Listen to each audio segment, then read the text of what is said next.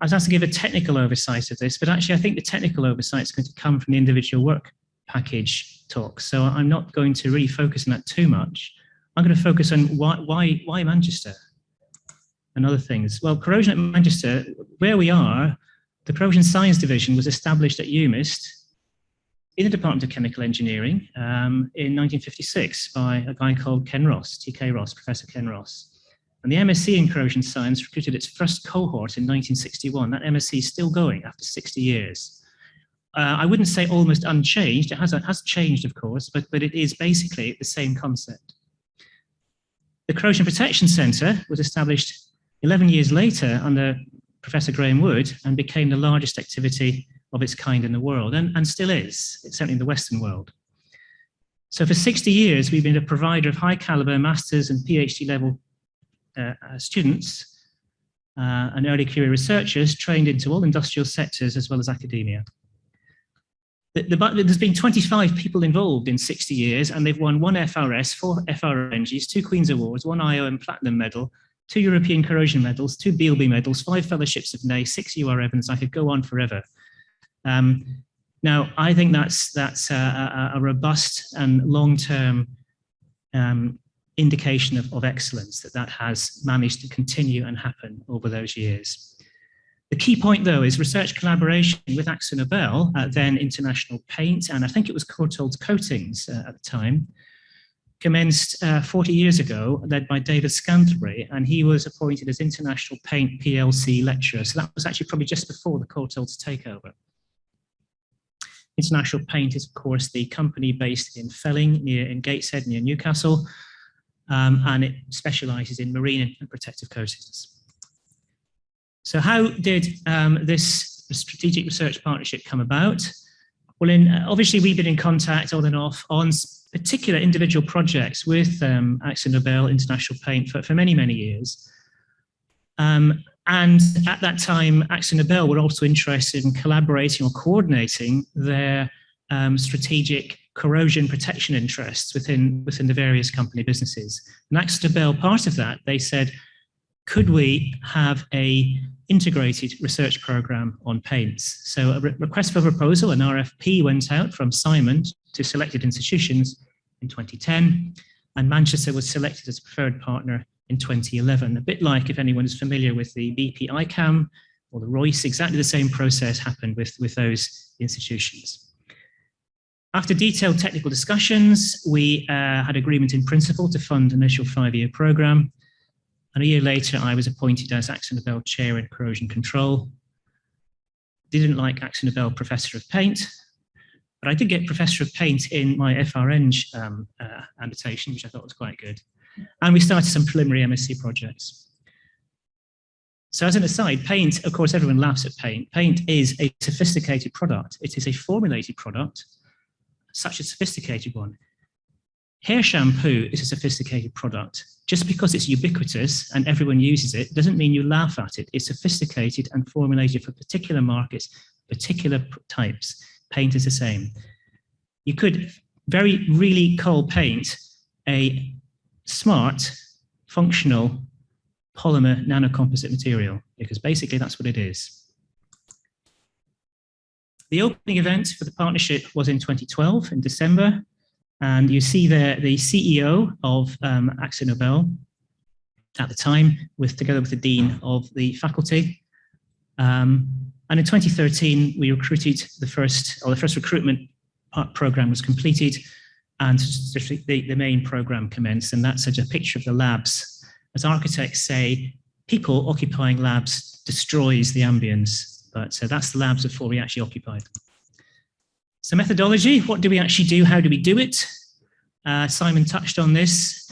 The main feeling that I was really pushing was we had an integrated research portfolio. We did not just choose a series of individual projects that the company wanted to do. We looked long-term, had a strategic vision. And because I was involved with the BP ICAM, that's exactly how the BP ICAM also approached their individual initial projects. For this one, we identified common, well-accepted hypotheses for how corrosion protective coatings work, and we just checked for supporting evidence. And if none exists, we then devise an experimental test to see if that evidence does exist. And there are some decent hypotheses for which evidence exists. The most common one that's cited is the Nguyen Hypothesis, where essentially microstructural chemical heterogeneity in the cross-linked polymer, and indeed in the entire paint is a heterogeneous material anyway, is intrinsic or develops during service and creates that degradation of performance. Another one is that ionic conductivity in the polymer binder controls performance ultimately. And there's quite a lot of evidence in support for those, though not in the original terms of as it was the hypothesis originally formulated, but nonetheless, that's the case. But there are also lots of people saying, well, it's obvious, paints work like this. Obviously they do, without any evidence whatsoever. For example, flaky pigments have barriers to transport. Of course they are, but has anyone ever measured that? And in fact, if they have, does it make a difference? And in fact, you can easily see that it doesn't. The amount of oxygen and water required to create the corrosion reaction underneath the paint is about 10 to 100 times smaller than the water and oxygen vapor rate transmission rate through the coating. So even if you cut the transport rate by 99%, you still got enough water transporting through that coating to create the corrosion process underneath it. So it makes no difference at all. Coatings are in equilibrium, thermodynamic equilibrium with their environment. Corrosion results in loss of coating adhesion. Another one was the minute we get corrosion underneath the coating, the paint falls off. Well, that's not true because the paint actually doesn't stick to the metal. The paint sticks to the oxide film on top of the metal. So if the corrosion progresses underneath that oxide film, the paint still sticks to that oxide film. And we have evidence of coatings sticking firmly to surfaces where the surface is corroded underneath. Higher water content causes worse performance. Well, again, Richard mentioned this, overcured coatings create higher free volume, which create more space for water to go in. But actually, although more water goes in, the coatings perform better because there's less mobility, perhaps. Again, that's a hand-waving argument. I don't know. We need to identify that. Higher inhibitor pigment volume fraction inevitably provides better performance. Well, that's not true either. There is an optimum amount of pigment you put in there. Better adhesion gives better performance. We disproved this, in fact, before we started the AkzoNobel project. If the paint sticks better, inevitably it's going to perform better. No, that's just wrong, because it's all to do with the surfaces. You can have a weak surface, which is highly corrosion resistant, an adherent surface. The minute water gets close to that, it just unzips. So how do we do this?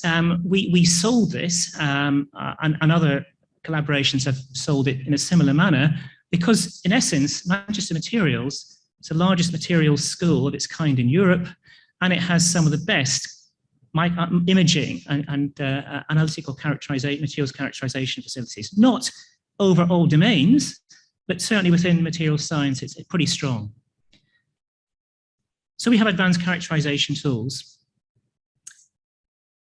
We want to understand the heterogeneity of the material. And I say that in its broadest terms, not just the heterogeneity of the polymer, which is really important, but also the entire coating, hence looking at the pigments, volume fractions, distribution, etc.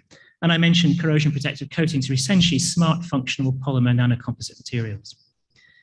We also need to understand substrates, because the coating is not in isolation. The coating is stuck to something. Something happens at where it sticks to. So we need to understand the substrate as well as the coating.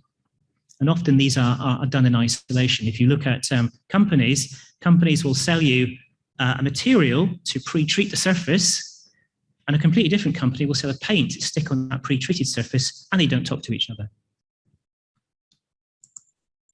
I make no bones about reissuing this picture. It's a lovely picture. I look at it in slightly different ways. I mean, there are some really fundamental scientific questions which have never been answered.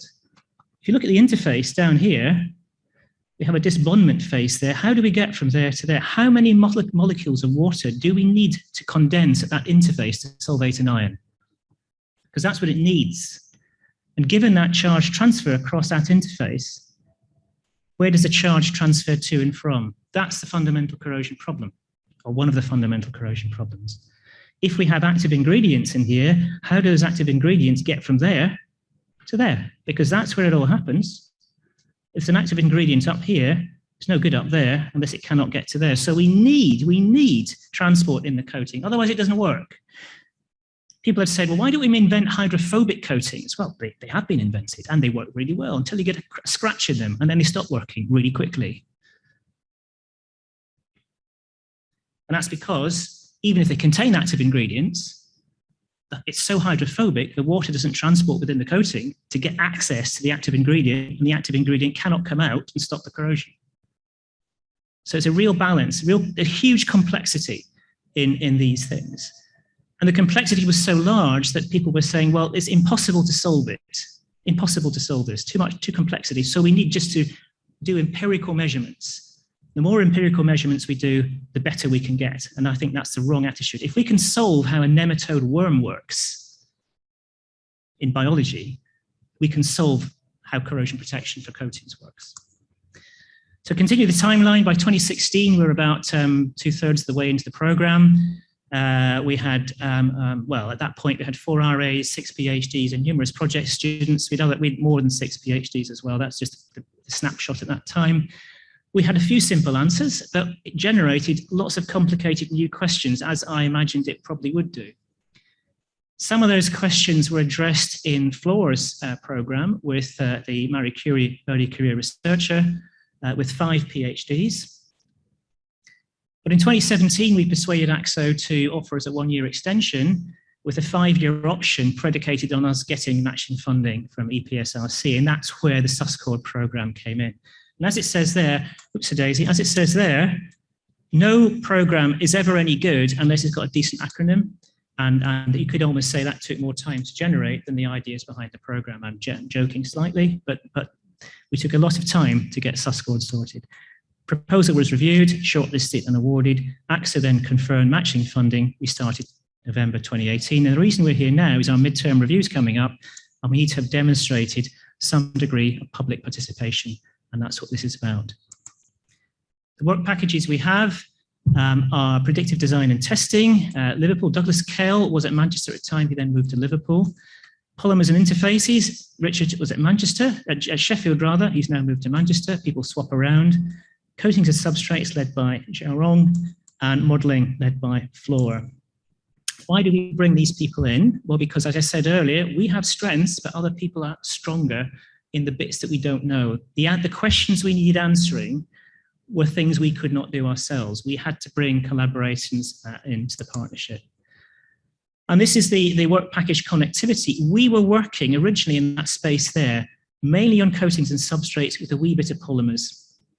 We understood we did not know, we did not have the capability and understanding in the whole of the polymer space. We did not have any degree of modeling and predictive design components within this program. And that's what SusCoRD did. It built this program based on an expansion of this narrow area here into this whole bit here, so that empiricism, which is what drives current coating development, can informed empiricism. You don't randomly figure out a formulation and test it. You clearly know roughly where to start from. But if you can cut down the number of tests that you run from 20 to 5 immediately, and you can cut the length of time you need to do the testing from 5 years to 1 year, you have saved huge amounts of time. You've created a vast amount of acceleration in the product development cycle. And that's really what this is about, trying to do that. Of course, one of the advantages of working with Sheffield is there were only ever 2 professors of paints in the UK. Tony was the first one, professor of Dulux paint, and I'm professor of corrosion protective paint. And there are 6 UMIS DSCs in the entire world. 1/3 of them are in this room. Okay, and I think that's really my talk. Thank you very much. And I'll hand on now to Flora.